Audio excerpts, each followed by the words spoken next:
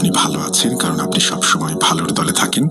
আমি মোহাম্মদ মেহেদি হাসান লিখছি দুবাই থেকে।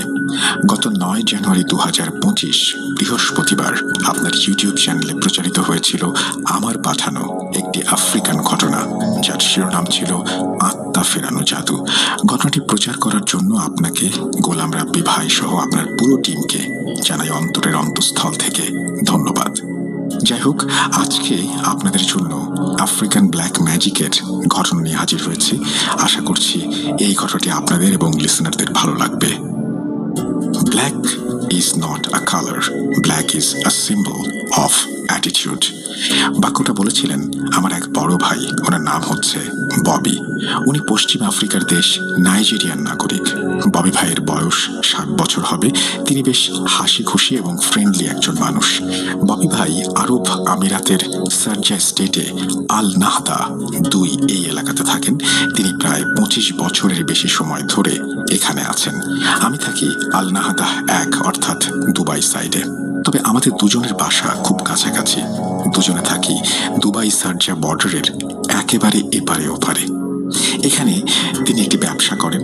ডিসেম্বর মাসের কোনো এক সন্ধ্যায় আমি আর ববি ভাই বসেছিলাম দুবাই আর সারজা বর্ডারের ধারে একটা নিরিবিলি জায়গায়। সেদিন আবহাওয়াটা ছিল অনুকূলে, মুক্ত বাতাস আর কোলাহল মুক্ত একদম রোমাঞ্চকর পরিবেশে যদি পাশে থাকে প্রিয় বড় ভাই, আর সেই সাথে যদি হয় গল্প, সেটা আবার আফ্রিকান ব্ল্যাক ম্যাজিকের, তাহলে কার না শুনতে ভালো লাগে। আমি গল্প শোনার লোভ সামলাতে না পেরে একরকম মুগ্ধ হয়ে ববি ভাইয়ের কাছে নাইজেরিয়ার অজানা রহস্যময় কালো জাদুর ঘটনা শুনছিলাম। ঘটনা শোনার এক পর্যায়ে আমি ববি ভাইকে প্রশ্ন করেছিলাম, আচ্ছা ভাই, এই যে এত কিছু ঘটে, সেগুলো কি আসলেই ঘটে? ববি ভাই মুচকি হেসে বললেন, give me your right hand. আমি আমার ডান হাতটা বাড়িয়ে দিলাম। তারপর তিনি আমার হাত ধরে বললেন, now close your eyes and keep them closed. চোখ বন্ধ করার প্রায় 2 মিনিট পর ববি ভাই বললেন, নাও ওপেন ইউর আইস। আমি চোখ খুললাম। ববি ভাই জিজ্ঞেস করলেন, where is the Sahara centre? এটা কি হলো? আমার সামনে থাকা বিশাল একটা শপিং মল, যেটা দুবাই ও সারজা বর্ডারে অবস্থিত, ওটা তো আমাদের সামনে ছিল। এখন সেটা কোথায় গেল? আমি খুঁজতে থাকি। আশেপাশে ভালো করে চেয়ে দেখি সব ঠিক আছে, কিন্তু শুধু সাহারা সেন্টার নেই। অবাক কাণ্ড। তাছাড়া কিছুটা ভয় পাচ্ছিলাম আমি কখনো ভাবতেই পারিনি আমার এরকম একটা অভিজ্ঞতা হবে। ততক্ষণে ববি ভাই বুঝতে পেরেছেন আমি একটু নার্ভাস ফিল করছি। উনি আমার কাঁধে হাত দিয়ে বললেন, রিল্যাক্স। আমি কিছু বলে ওঠার আগে উনি বললেন, এটা হচ্ছে দৃষ্টিভ্রম জাদু। ভয়ের কিছু নেই, চোখ বন্ধ করে আবার তাকাও, তাহলে সব ঠিক হয়ে যাবে। তখন আমার হাত ববি ভাই ধরে রেখেছিলেন। আমি পুনরায় চোখ বন্ধ করে আবার খুললাম। আমি দেখলাম এবার সব ঠিক আছে। এই তো আমার সামনে সাহারা সেন্টার। আমি বেশ অবাক হয়ে যাই। এটা ছিল আমার জীবনের ভিন্ন একটা অভিজ্ঞতা। আমি ববি ভাইকে জিজ্ঞেস করলাম, তাহলে আপনি কি কোনো কবিরাজ? তিনি বললেন, হ্যাঁ, তুমি আমাকে ছোটখাটো একজন কবিরাজ ভাবতে পারো। আমি বললাম, ছোটখাটো বলতে আপনি যেটা আমাকে দেখালেন, মানে দৃষ্টিভ্রম জাদু, এটা কি কোনো ছোটখাটো বিষয়? তখন ববি ভাই বললেন, এটা অতি সাধারণ বিষয়। আমি যে জাদুবিদ্যা জানি তার তুলনায় এটি একটা একদম প্রাথমিক জাদু। তুমি হয়তো জানো না, আমাদের আফ্রিকাতে 4 শ্রেণীর কবিরাজ বা তান্ত্রিক আছে। নাইজেরিয়া সহ আফ্রিকার দেশগুলোতে মোট 4 শ্রেণীর কবিরাজ পাওয়া যায়, যেটাকে আফ্রিকান ভাষাতে তিনেল, ওমনে, পুনা এবং নোয়া বলে। তিনেল হচ্ছে 4র্থ শ্রেণীর কবিরাজ, যারা সাধারণত গ্রামগঞ্জে জাদুর খেলা দেখায়, তাছাড়া টুকটাক জাদু জানে আর ছোটখাটো সমস্যার সমাধান তারা করতে পারে। ওমনে হচ্ছে 3য় শ্রেণীর কবিরাজ, যারা সাধারণত সামাজিক ও ধর্মীয় অনুষ্ঠানগুলো পরিচালনা করে। সেখানে অনেক ধরনের অনুষ্ঠান হয়ে থাকে, যেগুলো কালো জাদুর মাধ্যমে হয়ে থাকে, যেমন ভুডো, গুনগুন ইত্যাদি। এই ভুডো ও গুনগুন সম্পর্কে একটু পরে বলছি। এরা ভুডো বিদ্যার চর্চা ছাড়াও প্রথম কালো জাদু বিদ্যাতে মোটামুটি পারদর্শী হয়ে থাকে। তাছাড়া অনেক সমস্যার সমাধানও করতে পারে। পুনা নুনা হচ্ছে দ্বিতীয় শ্রেণীর কবিরাজ, যারা অনেক অভিজ্ঞ হয়। এরা ভয়ঙ্কর ভয়ঙ্কর কালজাদু করে থাকে, যেমন বান মেরে মানুষ মেরে ফেলা, তারপর ভয়ঙ্কর ভয়ঙ্কর পিশাচ বন্দি করে তাদেরকে দিয়ে কাজ করানো, ইত্যাদি ইত্যাদি। তাছাড়া অন্যান্য বিষয় আরো পরে আছে। নুয়া হচ্ছে প্রথম শ্রেণীর কবিরাজ। এরা মূলত গুরু শ্রেণীর কবিরাজ হয়, আর যার যার গোত্রের কবিরাজের সর্দার হয় তারা। এরা সর্বোচ্চ স্তরের কালোজাদু চর্চা করে থাকে, যেমন আত্মাবন্দি জাদু, আয়নাবন্দি জাদু, আত্মা বা কারিন ফেরানো জাদু, জিনের ওপরে কালোজাদু করা, রেড ম্যাজিক করা ইত্যাদি। এরা অনেক জটিল কালোজাদুর সমাধান করতে পারে। এই নুয়াদের ভেতরে আবার দুই শ্রেণীর নোয়া আছে, যেটাকে বাংলায় বলে সাধারণ নোয়া আর অভিজ্ঞ নোয়া। মোটা দাগে আদিবাসীরা অভিজ্ঞ নোয়া হয়ে থাকে সেখানে। যাই হোক, ববি ভাই বলছিলেন, আমি চতুর্থ শ্রেণীর একজন কবিরাজ ছিলাম। তবে আমার ইচ্ছে ছিল অনেক বড় কবিরাজ হবার, কিন্তু আমার সাথে এমন একটা ঘটনা ঘটে গেল, তারপর থেকে আমি এই জাদুর চর্চা একদম ছেড়ে দিয়ে এই দেশে চলে আসি। আমি বললাম, আপনি যদি আপনার সেই ঘটনাটা আমাকে বলতেন, তাহলে আমি সেটা লিখে আমাদের বাংলাদেশের একটা জনপ্রিয় ভৌতিক প্ল্যাটফর্ম ভূত.com-এ পাঠাতাম। ববি ভাই তারপর তার ঘটনা ভূত.com-এ শেয়ার করতে রাজি হন। একটা কথা বলে রাখি ভাইয়া, ডিসেম্বর থেকে ফেব্রুয়ারি পর্যন্ত ববি ভাইয়ের কাছ থেকে অনেক কিছু জেনেছি আফ্রিকান ব্ল্যাক ম্যাজিক সম্পর্কে। আমি সেগুলোর মূল বিষয় সংক্ষেপে নোট করে রেখেছি, যাতে আমি ভুলে না যাই। আমি বুঝতে পারছি না ঘটনা কোথা থেকে শুরু করব, তো আমার ক্ষুদ্র মস্তিষ্কে যেটুকু জ্ঞান আছে সেটুকু দিয়ে চেষ্টা করছি ঘটনাগুলো যতটুকু সম্ভব সাজিয়ে লেখার। তো চলুন শুরু করা যাক সেই বহুল আলোচিত আফ্রিকান কালোজাদুর ঘটনা। এই ঘটনাগুলো ঘটেছিল পশ্চিম আফ্রিকার দেশ নাইজেরিয়াতে। মূল ঘটনা শুরু করার আগে নাইজেরিয়া জাতিগোষ্ঠী নিয়ে কিছু তথ্য দেয়া যাক, তাহলে ঘটনা বুঝতে সুবিধা হবে। তবে এসব তথ্য দেওয়ার আগে আমি ববি ভাইয়ের কাছ থেকে অনুমতি নিয়েছি। আমি ওনাকে বলেছি, ভূত.com কখনো কোনো দেশ, জাতি, গোষ্ঠীকে ছোট করে না বা বড়ও করে না। এটা সম্পূর্ণ বিনোদনমূলক একটা প্ল্যাটফর্ম। এখানে শুধু সত্য ভয়ের ঘটনা উপস্থাপন করা হয়। ববি ভাই বলেছেন, কোনো সমস্যা নেই। আসলে এই পৃথিবীটা একসময় কুসংস্কারে ভরা ছিল। দিনে দিনে এসবের পরিবর্তন হয়েছে, তবে এখনো অনেক জায়গায় অনেক কিছু চলমান। আপনি আপনার দেশের মানুষের সামনে আমাদের দেশ সম্পর্কে যেটা তুলে ধরবেন, সেটা হচ্ছে ইতিহাস। আপনি চাইলেও ইতিহাস পরিবর্তন করতে পারবেন না, আর সেটা সম্ভব না। তো ববি ভাই আমাকে তাদের দেশ ও জাতি সম্পর্কে অনেক তথ্য দিয়েছেন, সেগুলো আমি বর্ণনা করছি। এখানে যদি আপত্তিকর বা বিরক্তিকর কোনো বিষয় থাকে, তাহলে আমি ভূত.com ও লিসেনারদের কাছে ক্ষমা চেয়ে নিচ্ছি। নাইজেরিয়াতে মোট 300টির বেশি ছোট বড় জাতিগোষ্ঠী রয়েছে, যার ভেতরে প্রধান 3টা জাতিগোষ্ঠী হচ্ছে হাউসা, ইউরোবা ও ইবো। ববি ভাই হচ্ছে একজন ইবো সম্প্রদায়ের লোক, আর উনি খ্রিস্টান ধর্মের। তো এই প্রধান 3 জাতিগোষ্ঠীর ভেতরে হাউসা হচ্ছে সবচেয়ে বড়। নাইজেরিয়ার মোট জনসংখ্যার প্রায় 31% হচ্ছে হাউসা। তারপর ইউরোবা, মোট জনসংখ্যার প্রায় 16% হচ্ছে ইউরোবা। তারপর ইবো, মোট জনসংখ্যার প্রায় 15% ইবো। ইউরোবা ও ইবো সংখ্যায় প্রায় সমান। নাইজেরিয়ার এক এক অঞ্চলে এক এক জাতির প্রভাব রয়েছে। নাইজেরিয়ার উত্তর অঞ্চলে হাউসারা সংখ্যাগরিষ্ঠ আর অন্যান্যরা সংখ্যালঘু। পশ্চিম অঞ্চলে ইউরোবা সংখ্যাগরিষ্ঠ আর পূর্ব অঞ্চলে ইবোরা। ববি ভাইয়ের বাড়ি হচ্ছে নাইজেরিয়ার পশ্চিম অঞ্চলে। সেখানে ইউরোবা সংখ্যাগুরু আর ইবোরা সংখ্যালঘু। সঙ্গত কারণে আমি জায়গার নাম বলছি না। এই যে বিভিন্ন জাতি, এদের ভেতরে আবার বিভিন্ন ধর্মের মানুষ রয়েছে।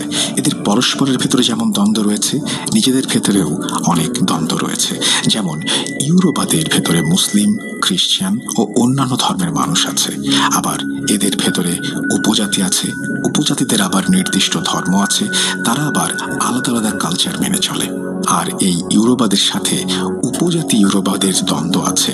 তাদের ধর্ম, কর্ম, মতের অনেক বিভেদ রয়েছে। যদি কালোজাদুর কথা বলেন, তবে উপজাতিরা এসব বিষয়ে সবসময় অভিজ্ঞ এবং শ্রেষ্ঠত্ব লাভ করেছে। হাউসা ও ইবোদের ভেতরে ঠিক একই বিষয় লক্ষ্য করা যায়। আপনি হয়তো জানেন, নাইজেরিয়া নাইজেরিয়াতে 1967 সালে গৃহযুদ্ধ হয়েছিল। এই গৃহযুদ্ধের প্রধান একটা কারণ হচ্ছে জাতিগত দ্বন্দ্ব। তো নাইজেরিয়াতে যে সমস্ত বিষয়গুলো দেখা যায়, যে অঞ্চলটিতে যে জাতি সংখ্যাগুরু তারা বাকি সংখ্যালঘু জাতিদের ওপরে প্রভুত্ব করে। প্রায় অঞ্চলে সংখ্যাগুরুত্ব দ্বারা সংখ্যালঘুরা চরম বৈষম্যের শিকার। বর্তমানে এসব দ্বন্দ্বের হার তুলনামূলকভাবে অনেক কমে গেলেও এখনও সেখানে অনেক জায়গায় এই জাতিগত দ্বন্দ্বের দেখা মেলে। এই দেশটিতে প্রচুর কালো জাদুর চর্চা হয়। তাছাড়া নাইজেরিয়ার বিশাল একটা জনগোষ্ঠী ভুডো বা কালো জাদু ধর্মে বিশ্বাসী। ভুডো হচ্ছে তাদের ভাষায় প্রজ্ঞা ও কল্যাণের প্রতীক। তবে এই ধর্মটি কিন্তু অন্যান্য ধর্ম থেকে একদমই আলাদা, কেননা ধর্মের চেয়েও এর সাথে তাদের একান্ত নিজস্ব একটি দর্শন ও আদর্শ জড়িয়ে আছে। এই ধর্মের সবচেয়ে গুরুত্বপূর্ণ দিক হলো এটি একই সাথে সর্বেশ্বর এবং একেশ্বরবাদী। ববি ভাই বলছিলেন প্রতি বছর একটা বিশেষ দিনে এই ভুডুয়ানরা একটা গুনগুন অনুষ্ঠানের আয়োজন করে থাকে। সেদিন একজনকে বিশেষ সাজে সাজানো হয়। এই গুনগুন অনুষ্ঠানে যিনি গুনগুন সেজে থাকেন তিনি বিভিন্ন রঙের লম্বা লম্বা জামা পরে বাড়ি বাড়ি ঘুরে বেড়ান। তাদের বিশ্বাস এই দিনে তাদের পূর্বপুরুষদের আত্মা ফিরে আসে। তবে একটা ভয়ঙ্কর বিষয় আছে এখানে। এই গুনগুন যখন বাড়ি বাড়ি ঘুরে বেড়াবে তখন তার থেকে বেশ দূরত্ব বজায় রাখতে হয়। যদি কেউ ভুল করে এই গুনগুন সাজে সজ্জিত ওই ব্যক্তির কাছে যান, তবে গুনগুন সাজে সজ্জিত ব্যক্তিটি সহ যে ব্যক্তি তার কাছে যাবে সেই ব্যক্তি অর্থাৎ দুজনের একসাথে মৃত্যু হবে। একবার ববি ভাইয়ের এলাকায় গুনগুন অনুষ্ঠানে দুজন ব্যক্তি একসাথে মারা গেল। একজন নাকি ভুল করে গুনগুনকে স্পর্শ করে ফেলে। তারপর বিদ্যুতের শক খেয়ে মানুষ যেমন মুহূর্তের মধ্যেই দগ্ধ হয়ে যায়, ঠিক তেমনি করে ওই দুজন মারা গেলেন। এটা ববি ভাই নিজে দেখেছেন। তাছাড়া এখানে মানুষ প্রায় সর্বক্ষেত্রে কালো জাদুর ব্যবহার করে থাকে। এই যেমন ভালো চাকরির জন্য, ভালোবাসা স্থাপন, সংসারে শান্তির জন্য ইত্যাদি ইত্যাদি। তাছাড়া খারাপ দিক তো আছেই। ফুটবল নাইজেরিয়ার একটি জনপ্রিয় খেলা, এটা আমরা সবাই জানি। ববি ভাই বলছিলেন ওই যে বড় বড় তারকা ফুটবলাররা তাদের অনেকেই কবিরাজের শরণাপন্ন হয়েছেন বিভিন্ন সময়ে। রোমান, ক্যাথলিক, খ্রিস্টান ও প্র্যাকটিসিং মুসলিম ব্যতীত মোটামুটি সবাই প্রত্যক্ষ পরোক্ষভাবে কালো জাদুর চর্চা করে থাকেন অথবা শরণাপন্ন হয়ে থাকেন। এখানে সবচেয়ে ভয়ঙ্কর যে বিষয়টি লক্ষ্য করা যায় সেটি হচ্ছে এখানে এক জাতি অন্য জাতির ওপরে কালো জাদু করে থাকে। এবার হয়তো বুঝতে পারছেন আমি কেন এত কথা বললাম। আজকের গল্পের মূল বিষয় হচ্ছে দুই জাতি অর্থাৎ ইউরোবা এবং ইবোদের ভেতরে কালো জাদুর লড়াইকে কেন্দ্র করে। এবার মূল ঘটনায় আসা যাক। ববি ভাই তার বর্তমান বয়স হিসাব করে বলেছেন এই ঘটনার সূত্রপাত তার জানা মতে 1980 দশকের শেষের দিকে একটা সময় হয়ে থাকে। সব পক্ষের শত হাজার বছর ধরে চলমান জাতিগত দ্বন্দ্ব থাকলেও পূর্বের সব ঘটনা যেগুলো কালো জাদু সম্পর্কিত ও সব ঘটনা জানা ও বর্ণনা করা সম্ভব না হলেও ওই সময়ের কিছু ঘটনার পুঙ্খানুপুঙ্খ বিবরণ দিতে সক্ষম হয়েছেন ববি ভাই। তো ইবোরা ইউরোবাদের দ্বারা চরম বৈষম্যের শিকার হয়ে তারা সিদ্ধান্ত নেন যে এবার তারা এমন কিছু করবেন যেটা ইউরোবারা সারা জীবন মনে রাখবে। যেহেতু এখানে ইউরোবারা সংখ্যাগুরু, সেহেতু ইবোরা শক্তিতে তাদের সাথে পারবে না। তাই তারা সিদ্ধান্ত নেন তারা ইউরোবাদের ভেতরে যারা তুলনামূলক বেশি ইবো বিদ্বেষী অর্থাৎ উগ্র স্বভাবের তাদের ওপরে কালো জাদু করবে।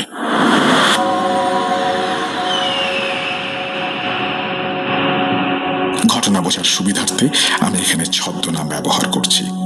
ধরুন কেভিন, সে হচ্ছে ববি ভাইয়ের ইবো গোত্রের একজন প্রধান কবিরাজ বা কবিরাজ সর্দার। এই কেভিন হচ্ছে একজন নুয়া বা অভিজ্ঞ কবিরাজ। এখন ওখানে বসবাসরত যত ইবো আছে সবাই কেভিনের কাছে যায়। তারপর তাকে বলে কেভিন কিছু একটা করুন, এই ইউরোবাদের অত্যাচার আর সহ্য হচ্ছে না, ওদেরকে একটা উচিত শিক্ষা দিন। তখন কেভিন বলে ঠিক আছে, আমি ইউরোবাদের শায়েস্তা করব, তবে আমাকে একদিন সময় দাও, আমাকে ভাবতে দাও কি জাদু করা যায় ওদের ওপরে।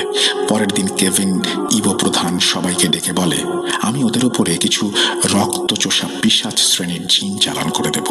এই পিশাচগুলো ওদের শরীরের সব রক্ত খেয়ে ফেলবে আর ওরা একসময় রক্ত শূন্য হয়ে মারা যাবে। পরবর্তীতে এই কাজটি করা হয়েছিল একটি রিচুয়ালের মাধ্যমে। যেদিন এই রিচুয়াল করা হয় সেদিন কেভিন বিশেষ এক পোশাক পরে। তারপর সন্ধ্যার পরে কেভিন ও তার 12 জন শিষ্য মিলে কেভিনের বাড়ির উঠোনে শুরু করে দেন রিচুয়াল। ঠিক উঠোনের মাঝখানে কেভিন একটা ছাগল এনে সেই ছাগলের গায়ে মন্ত্র পড়ে ফুঁ দিতে থাকেন। তারপর 3টা থালা ছাগলের সামনে রাখেন। 3টা থালার একটা থালার ওপরে কিছু লাল রঙের গুঁড়া অর্থাৎ রং রাখেন, আর একটা থালার ওপরে একটা কাঁচের বোতল ভর্তি পানি রাখেন। সেখানে কিসের পানি ছিল তা আসলে জানা যায়নি। ওইদিকে কেভিনের শিষ্যরা ওই ছাগলকে ঘিরে গোল হয়ে অদ্ভুত এক নৃত্য করতে থাকে, মানে শুধু 2 পা নাচিয়ে ওই ছাগলের চারপাশে ঘুরতে থাকে।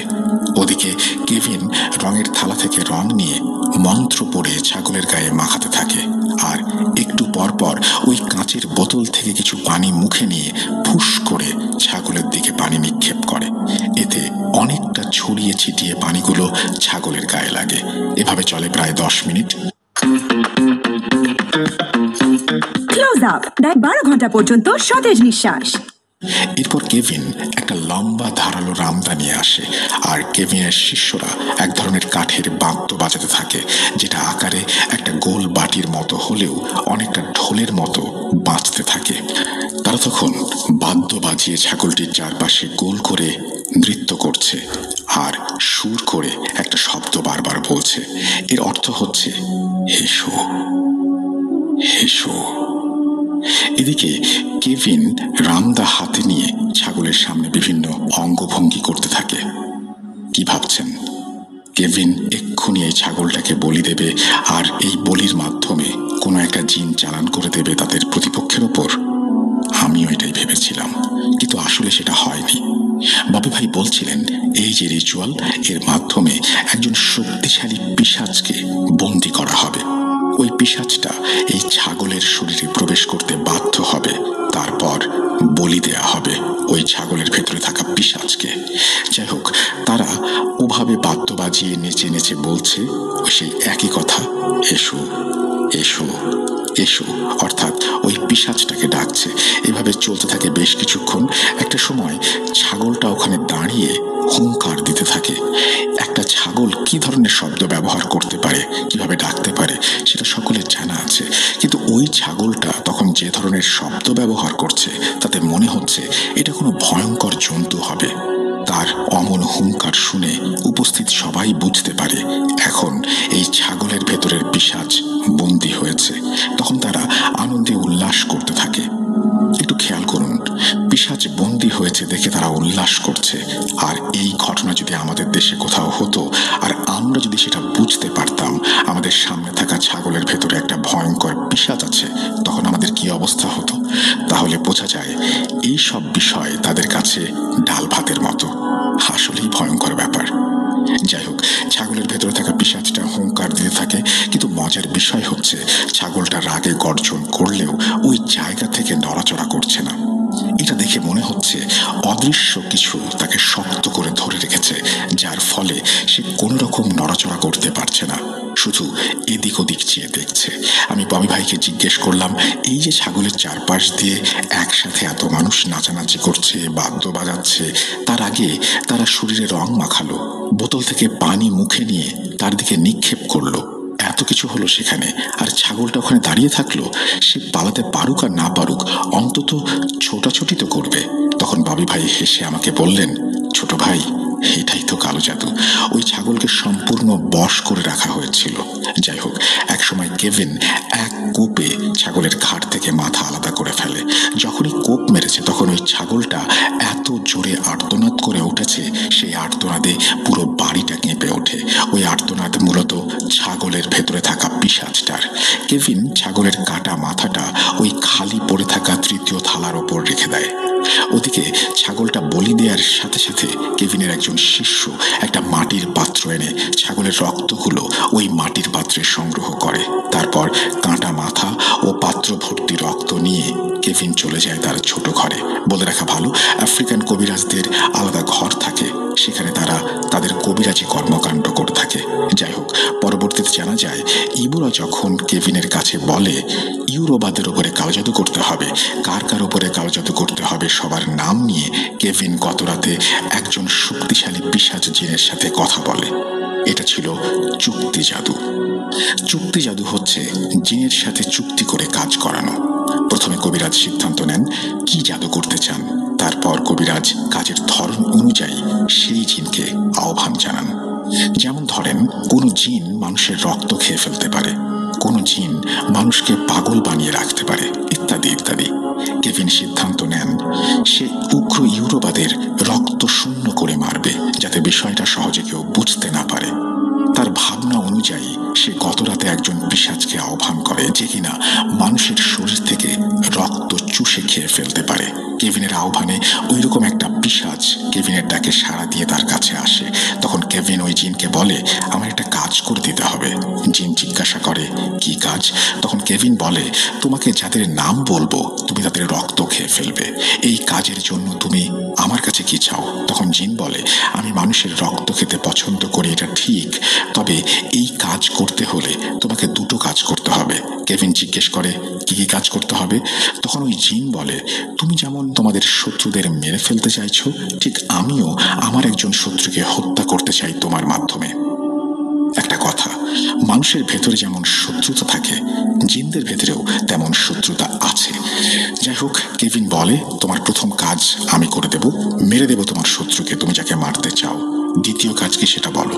তখন জিন বলে, আমি আমার শত্রুর তাজা রক্ত পান করতে চাই আর তার মাথাটা চিবিয়ে খেতে চাই। কেভিন বলে, ঠিক আছে, তাই হবে। ওই যে ছাগলের ভেতরে থাকে একটা পিশাচ বন্দি করে তাকে বলি দেয়া হলো, ওই বলি হওয়া জিনটা ছিল কেভিনের সাথে চুক্তি করা জিনের শত্রু। তো এভাবেই ইবদের কবিরাজ সর্দার একটা জিনের সাথে চুক্তি করে ইউরোবাদের ওপরে কালো জাদু করলো। পরবর্তীতে নাকি এই জাদুর প্রভাবে ইউরোবাদের অনেকে রক্ত শূন্যতায় ভুগে মারা যায়। কি ভাবছেন, ইউরোবারা কিছু বুঝতে পারেনি? ইবোরা তাদের ওপরে কালো জাদু করেছে এটা ইউরোবারা জেনে যায়, তারপর তারা ইবোদের ওপরে কালো জাদু করে। একটা কথা বলে রাখা ভালো, জাদুবিদ্যায় কেউ কারো থেকে কম না। হাউসা, ইবো, ইউরোবা এই তিন জাতিদের কাছে রয়েছে কালো জাদুর বই। যাই হোক, প্রতিশোধ হিসেবে ইউরোবা ইবোদের ওপরে ভয়ঙ্কর এক কালো জাদু করে। এই জাদুকে বলে আত্মঘাতী কালো জাদু, অর্থাৎ এই জাদু যার উপরে প্রয়োগ করা হবে সে নিজে আত্মহত্যা করে মারা যাবে। সেবার ইউরোবাদের এই জাদুর ফলে নাকি 10 জনের বেশি ইবোরা আত্মহত্যা করেছিল। একসাথে এত মানুষ আত্মহত্যা করছে, এটা কোনো স্বাভাবিক বিষয় ছিল কি? ইবোরা বুঝতে পারে আসলে ঘটনা কি ঘটছে। আমি দুঃখিত, এই জাদু করার নিয়মটা আমি জানতে পারিনি, যেটা আমাকে ববি ভাই বলতে পারেননি। তবে এই জাদু কাটানোর যে প্রক্রিয়া ছিল সেটা ববি ভাই আমাকে বলেছেন।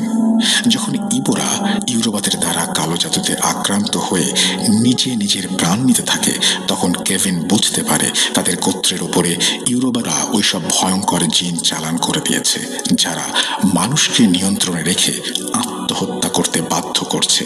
এখন এটার একটা সমাধান দরকার। কি সেই সমাধান, আর সেটা কিভাবে করা হলো এখন বর্ণনা করছি। এর সমাধান হচ্ছে একটাই, আর সেটা হচ্ছে ইউরোবাদের চালান করা জিনদের হত্যা করা। কিভাবে হত্যা করা হলো এখন সেটা জানবো। যেদিন ওই জিনদের কেভিন হত্যা করলো, সেদিন কেভিন আর তার 12 সদস্যের শিষ্যরা সন্ধ্যায় একটা যজ্ঞ করে। যজ্ঞটা করেছিল যেভাবে, কেভিন অনেকগুলো কাঠের পুতুল নিয়ে আসে, আর তার সংখ্যা প্রায় 20টা হবে।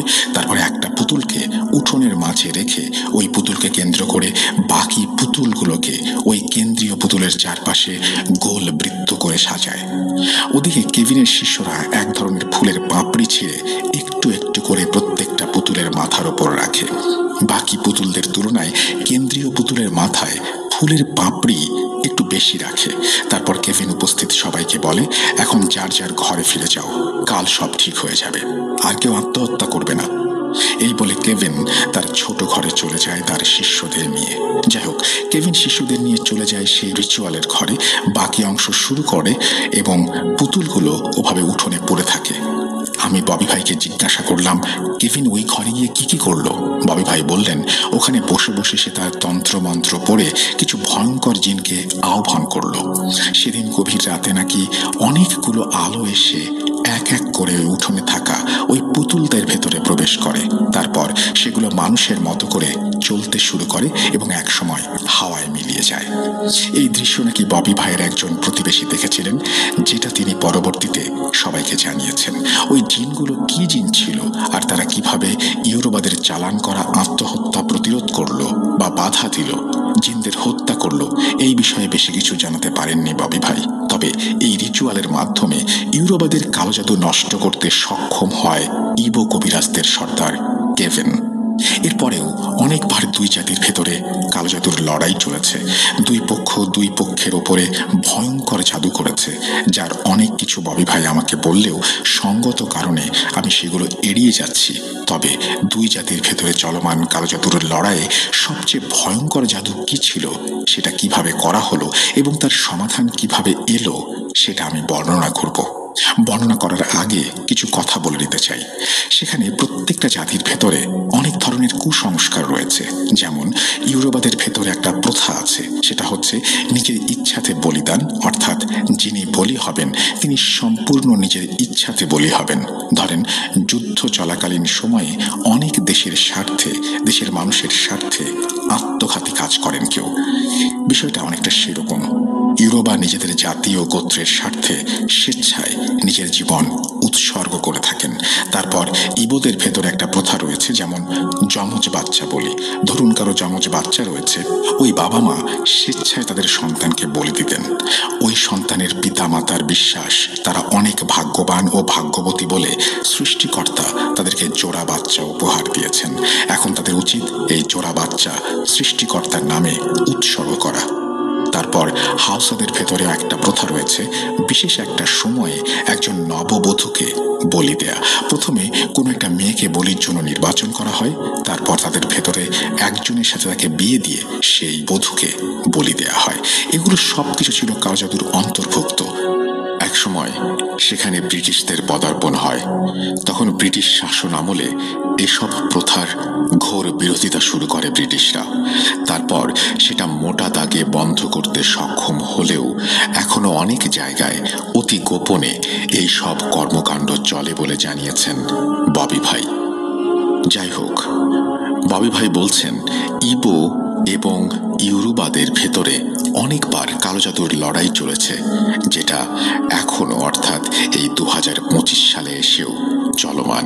আর ভেতরে ইউরোবারা আমাদের ইবোদের ওপরে এমন এক ভয়ঙ্কর কালো জাদু করে বসলো, যেটার ফলে অনেক ইবো মারা গেল আর ওই জাদু কাটাতে অনেক বেগ পেতে হয়েছিল। একদিন সকালবেলা হঠাৎ করে কেভিনের রক্ত বমি শুরু হয়। খবর পেয়ে সবাই কেভিনের কাছে ছুটে গেলাম আমরা। যে দেখি ঘর থেকে শুরু করে পুরো উঠোন জুড়ে শুধু রক্ত আর রক্ত। অবাক করা বিষয় হচ্ছে কেভিন এভাবে বমি করছে আর তার বমির সাথে শুধু তাজা রক্ত বের হচ্ছে, কিন্তু কেউ তাকে ধরছে না। তাকে ধরে হাসপাতালে নেবে সেটা না করে সবাই দাঁড়িয়ে দাঁড়িয়ে তামাশা দেখছে। আমরা কেভিনকে ধরার জন্য এগিয়ে গেলে কেভিন আমাদেরকে বলে, আমার থেকে দূরে থাকো, আমাকে তোমরা বাঁচাতে পারবে না, আমি এক্ষুনি মারা যাব। তার এমন কথা শুনে আমরা বেশ অবাক হই, সে সাথে মর্মাহত হই। আমরা কেভিনকে জিজ্ঞেস করি, এসব কি করে হলো? তখন কেভিন বলে, ইউরোবরা করেছে। এবার আমরা কেউ বাঁচতে পারবো না। যাই হোক, কেভিন নিষেধ করা সত্ত্বেও আমরা এক প্রকার জোরপূর্বক তাকে ধরাধরি করে হাসপাতালে নেয়ার জন্য রওনা হলে হাসপাতালে নেয়ার আগে সে মারা যায়।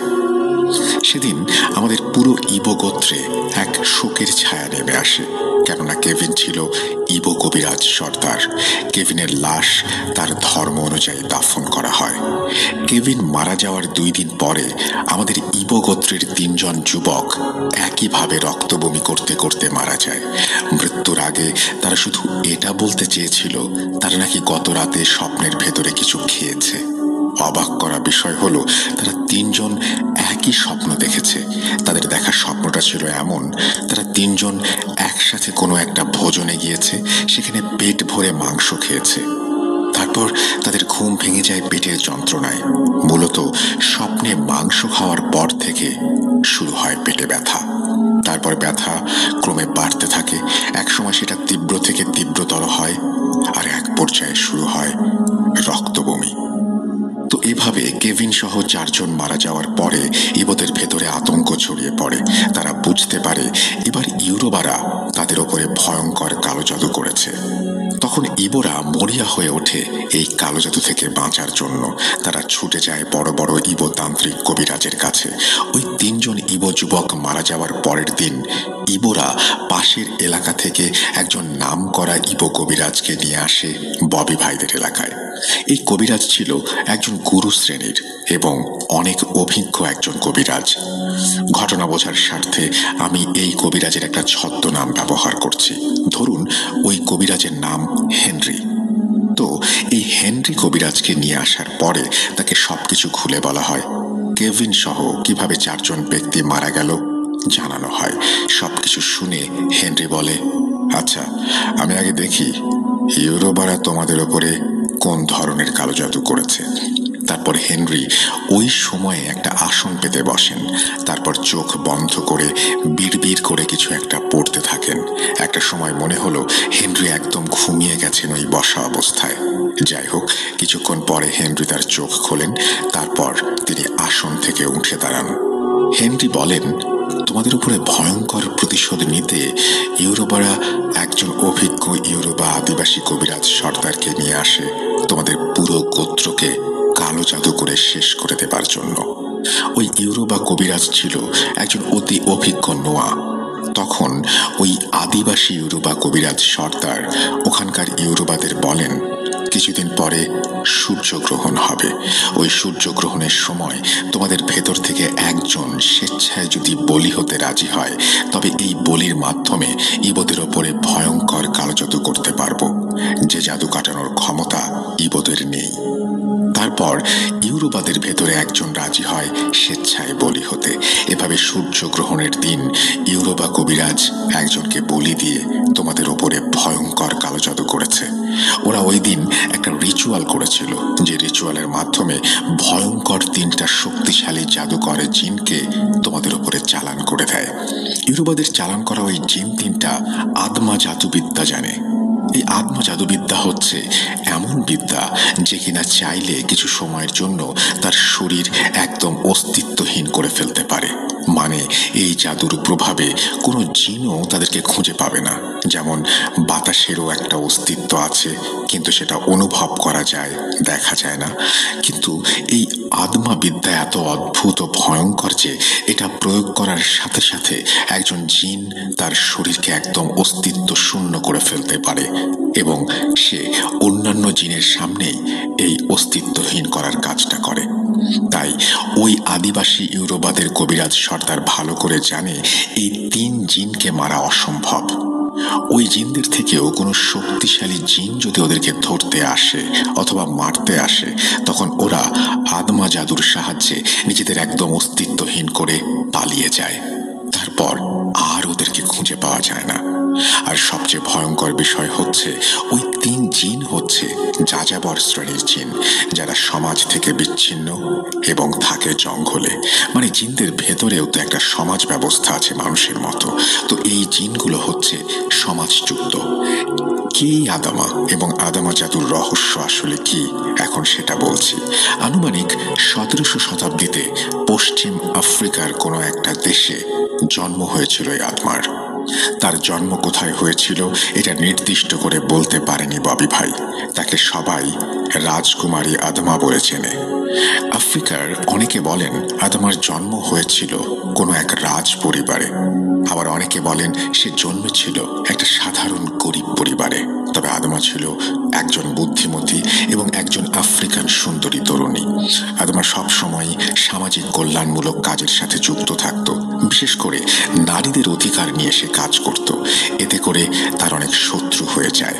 তার এই শত্রুদের হাত থেকে নিজে বাঁচার জন্য ও শত্রুদের শিক্ষা দেওয়ার জন্য আদমা এক সময় ভয়ঙ্কর ভয়ঙ্কর কালো জাদুর চর্চা শুরু করে।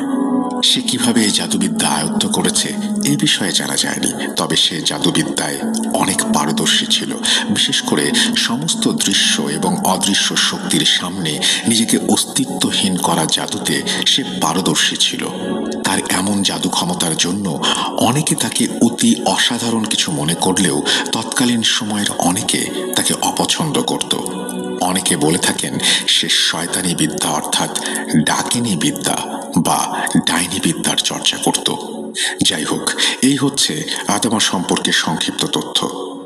আদমার কাছ থেকেই এই 3টি জিন নিজেদের লুকিয়ে ফেলার সেই জাদু শিখেছে বলে কবিরাজ হেনরি সেদিন জানিয়েছিল। আদমা এই 3 জিনকে বশ করে তার জাদুবিদ্যার যাবতীয় কাজ করাতো। এখন আদমা মারা যাবার পরে ওই জিন 3টা মুক্ত হয়ে যায় আর এখন তারা স্বাধীন। প্রশ্ন থাকতে পারে, তারা যদি স্বাধীন হয়ে থাকে তবে ইউরোপা আদিবাসী কবিরাজ সর্দারের কথা অনুযায়ী তারা কেন কাজ করছে? উত্তর হচ্ছে, এটা একটা চুক্তি। যাই হোক, বলি দেওয়ার পরে শর্ত অনুযায়ী এখন ওই 3 জিন ইউরোপা আদিবাসী কবিরাজ সর্দারের কাছে প্রতিশ্রুতি দিয়েছে ওরা তোমাদের সবাইকে মেরে ফেলবে। ইউরোপাদের সবচেয়ে বেশি ক্ষোভ ছিল কেভিনের ওপরে। এই জন্য ইউরোপারা তাদের কবিরাজ গুরুর কাছে অনুরোধ করে সেজন্য সর্বপ্রথম কেভিনকে হত্যা করে। সেই কথা অনুযায়ী ইউরোপাদের কবিরাজ গুরু সর্বপ্রথম কেভিনের উপরে কালো জাদু করে। যে রাতে কেভিনকে হত্যা করা হয় সেই রাতে কেভিনকে একই স্বপ্ন দেখানো হয়। মানে তোমাদের যে 3 জন যুবক মারা গেছে তারা যে স্বপ্ন দেখেছিল একটা ভোজনে গিয়ে পেট ভরে মাংস খাচ্ছে, তারপর পেট ব্যথা শুরু হয়েছে এবং অতঃপর রক্ত বমি করে মৃত্যু। মূলত ওই জিন 3টা স্বপ্নের ভেতরে এক ধরনের কাঁচা মাংস খাওয়ায়। এই মাংস খাওয়ার ফলে এই 4 জনের মৃত্যু হয়েছে। এখন প্রতিদিন তোমাদের ভেতরে 3 জন করে স্বপ্নে ওই 3 জিনের দেয়া মাংস খাবে এবং এটা খেলে আর বাঁচার উপায় নেই। এভাবে তোমাদের সবাইকে মেরে ফেলবে। এই সমস্যার সমাধান একটা, সেটা হচ্ছে ওই যাযাবর 3 জিনকে হত্যা করা, যা আমার পক্ষে অনেক কঠিন হবে। তবে আমাকে একটু সময় দাও, দেখি কি করা যায়। আপাতত আমি চলে যাচ্ছি, আগামীকাল আবার আসবো। আজকে রাতের ভেতরে আমি দেখি কোনো উপায় বের করতে পারি কিনা। তারপর হেনরি চলে যায় আর যাবার আগে সবাইকে বলে যায় আজকে রাতে ভুলেও কেউ যেন না ঘুমায়। কারণ হচ্ছে ঘুমিয়ে গেলে গত রাতের মতো 3 জনকে স্বপ্নের ভেতরে মাংস খাইয়ে মেরে ফেলা হবে। জেগে থাকলে হয়তো এই সমস্যাটা হবে না। যাই হোক, সেদিন রাতে কবিরাজ হেনরির কথা মতো আর কেউ ঘুমানোর সাহস পায়নি। তবে দুর্ভাগ্যবশত হঠাৎ করে ভোর রাতের দিকে আবারও 3 জন যুবক রক্ত বমি করতে করতে একটা সময় মারা যায়। মারা যাবার আগে তারা এটা বলেছিল যে একটা সময় তারা অনুভব করে কেউ তাদের কাছে এসে জোর করে কিছু কাঁচা মাংস খাইয়ে দিল।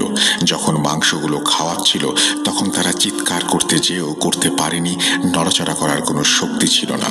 এভাবে 7টা তাজা প্রাণ ঝরে যাওয়াতে আমাদের পুরো গোত্রে শোকের ছায়া নেমে এসেছিল। ওদিকে হেনরিকে আবারও খবর দিয়ে আনা হলো। হেনরি সেই অবস্থা দেখে অনেক দুঃখ প্রকাশ করে আর বলে, আমি ভেবেছিলাম হয়তো না ঘুমালে এই সমস্যা হবে না, কিন্তু এখন দেখছি এটা আমার ভাবনার থেকেও ভয়ঙ্কর। তখন উপস্থিত সবাই হেনরিকে বলে, হেনরি কিছু একটা করেন, তা না হলে আমরা কেউ বাঁচতে পারবো না। তখন হেনরি বলে, আমি গত রাতে আমার জাদুবিদ্যার মাধ্যমে জানতে পেরেছি যে এই সমস্যা সমাধানের একটা উপায় আছে, তবে সেটা অনেক কঠিন। উপস্থিত সবাই জিজ্ঞেস করে কি সেই উপায়? তখন হেনরি বলে, 4 পূর্বপুরুষের জাদু। উপস্থিত সবাই জিজ্ঞেস করে কি সেই 4 পূর্বপুরুষের জাদু? তখন হেনরি বলে, আফ্রিকা মহাদেশের ভেতরে একজন বিখ্যাত কবিরাজ ছিলেন যার নাম হচ্ছে গৌ।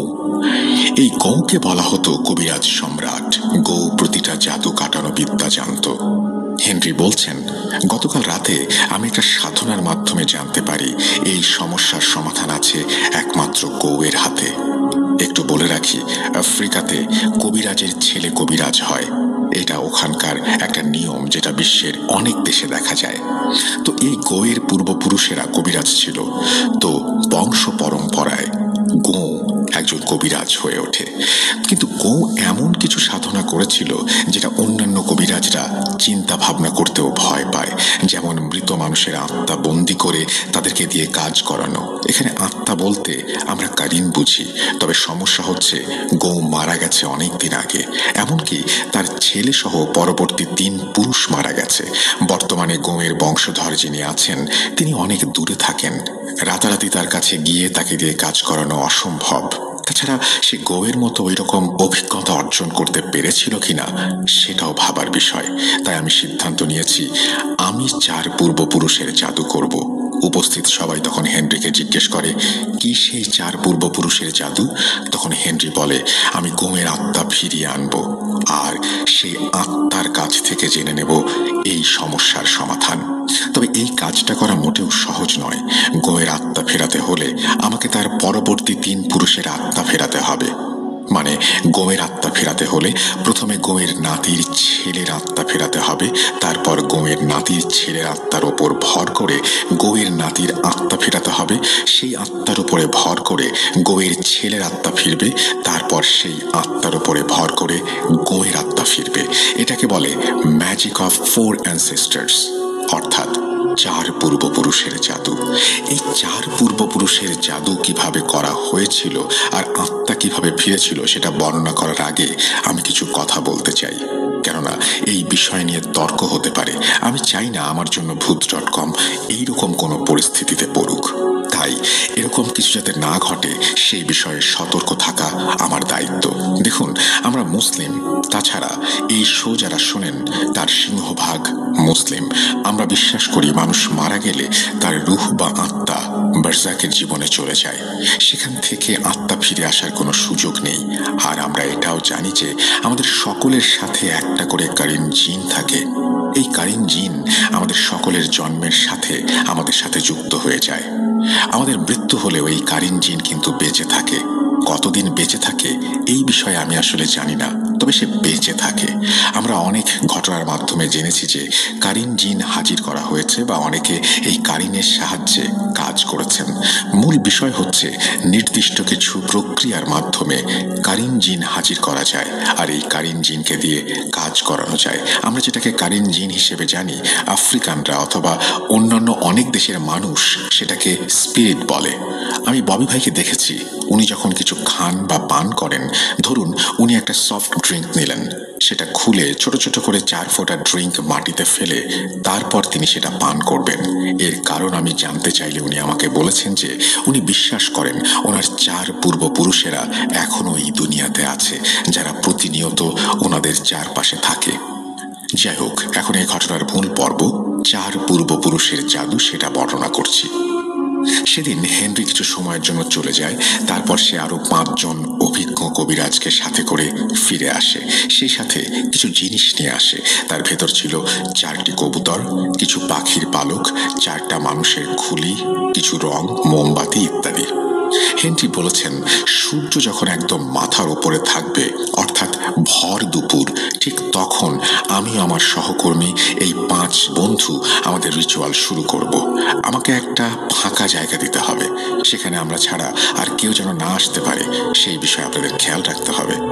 ববি বলছেন, হেনরির কথা মতো তাকে কেভিনের বাড়িটা ছেড়ে দেয়া হয়, আর আমরা দূর থেকে হেনরির কর্মকাণ্ড লক্ষ্য করছি।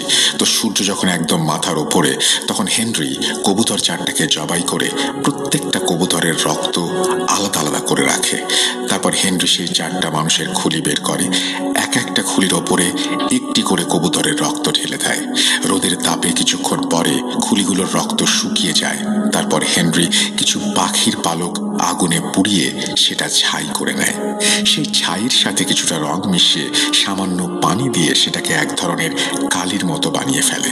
তারপর রোদে শুকিয়ে যাওয়া রক্ত মাখা মাথার খুলিগুলোর ওপরে আঙুলের সাহায্যে কিছু একটা লিখতে শুরু করে হেনরি।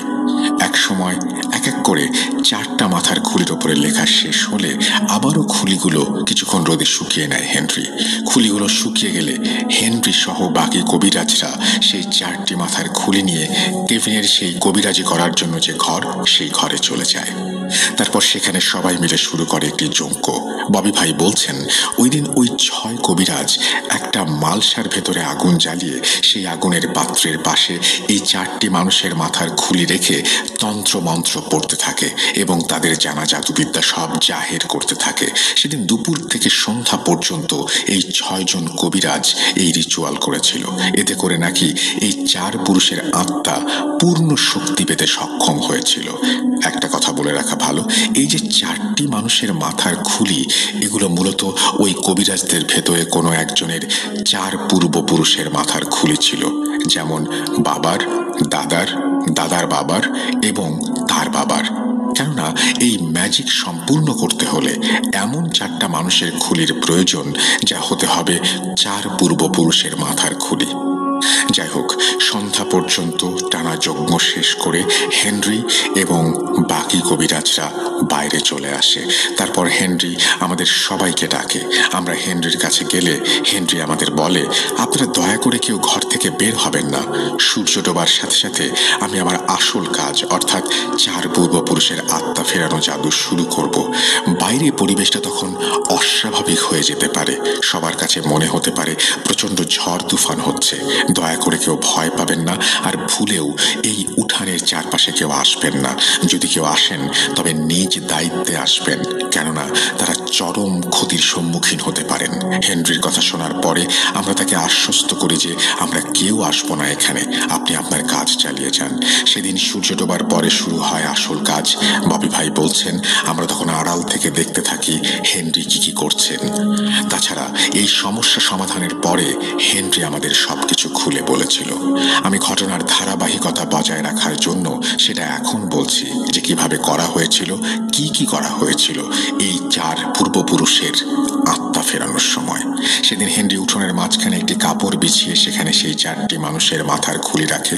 তারপর সেই খুলি বরাবর 4টি দাগ কেটে দেয়, মানে 4টি খুলির সামনের দিকে একটি করে সরল রেখা টানে।